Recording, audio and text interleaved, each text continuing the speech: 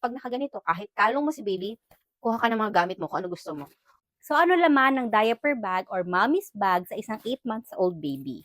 So ito po yung ginagamit kong mommy's bag. Sobrang ganda nito kasi ang dami niyang pockets. Ang dami niyang pagsusok-sukan ng kung ano-anong mga gamit ni baby. Halos lahat nandito na ng gamit namin ni baby. So sa loob, makakakita kayo ng isang napakalaking case.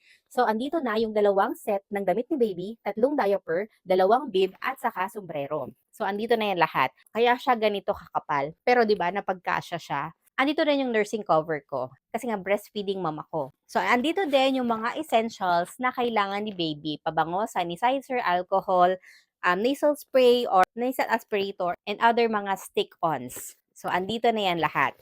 At syempre, kailangan natin ng wet wipes. So, ganito kalaki yung dinadala naming wipes. Dahil nga, sobrang magamit ako sa wipes. Puna sa kamay, puna sa mukha. And syempre, kapag sila ay nagpupo or nagwiwi. So, di ba sobrang ganda ng bag na to kasi marami siyang compartment. By the way, dito rin po ako naglalagay ng bottle or tumbler ni baby. So, kahit malaki yung tumbler nyo, kasyang-kasya dito. So, meron din siyang zipper dyan. Meron din siya dito sa kabila. Kung gusto mo naman, babe, another baby bottle, lagay ka dyan sa kabila. And meron siyang pockets dito. Ayan. And meron din siya sa likod. Ito, malaking pockets na dyan. Usually, ang nilalagay ko dito is mga baby book, ganon. So, dito sa unahan, nilalagay ko yung wallet and cellphone ko para easily accessible.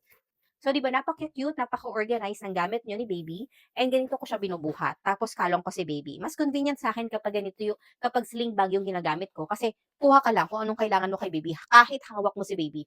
Unlike pag backpack, nahihirapan ako kasi you need to remove the backpack first bago mo makuha yung mga items ni baby. Hindi siya ganun kalaki. Sakto lang yung size niya, medium size, pero kasyang-kasya na yung mga gamit ni baby at saka yung mga essentials niya.